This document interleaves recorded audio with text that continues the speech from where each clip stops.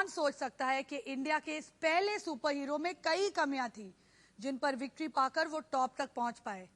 जब लोग किसी को अपना आइडल मानते हैं तो वो सोचते हैं कि उनमें कोई कमियां हो ही नहीं सकती, क्योंकि वो ये मानने से इनकार करते हैं कि ये आइडल्स भी हमारी तरह इंसान है। तो आइए मिलते हैं उस सुपरस्टार से जिसे हम प्यार से डुग्गू कहते हैं, the heart throb of millions and billions, Hrithik Roshan.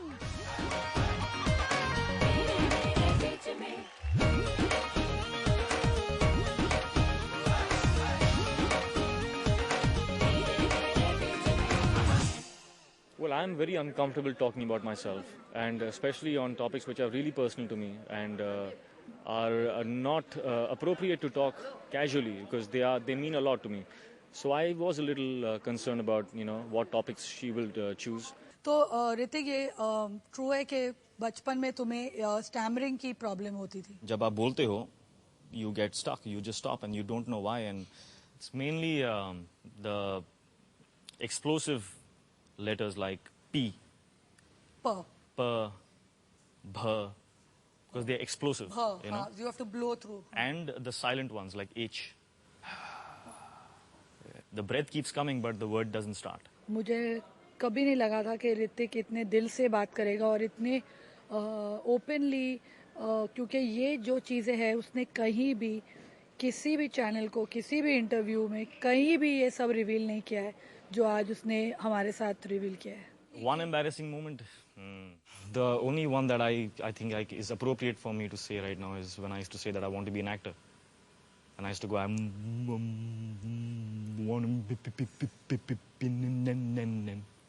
and people would laugh. And I used to stop.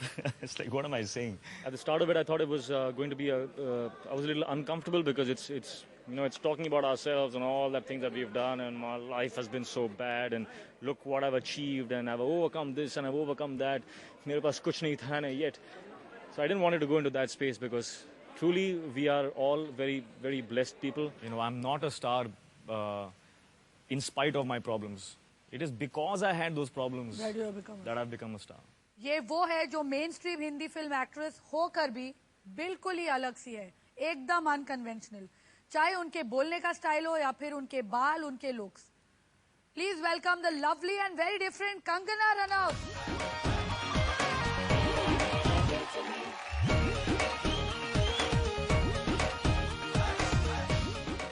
मुझे कोई आइडिया नहीं है फराह क्या पूछने वाली है, और जैसे कि फराह का नेचर है, शी इज सो फ्रेंडली, मुझे लगता है कि it's going to be fun. I was like a ruler थी ये, मुझे जिम में दिखाई देती थी, कभी ये रूलर थी, यू कुड लुक थ्रू, मतलब एंड शी वाज साइडवेज। जब मैं ऑडिशंस के लिए जाती थी तो मुझे कहते थे कि तुम्हारे बाल कर्ली क्यों हैं, रानी मुखर्जी के बाल देखो, बिल्कुल भी कर्ली नहीं है। किसके बाल देखो? रानी मुखर्जी के बाल। हाँ, फिर मैंने सोचा बाल स्ट्रेट करा लेते हैं, तो फिर उसके बाद कहे तुम्हें डिम्पल क्यों नहीं है, प्रीति जिंटा को डिम्पल है। So I realize that basically it's just that you cannot be somebody else.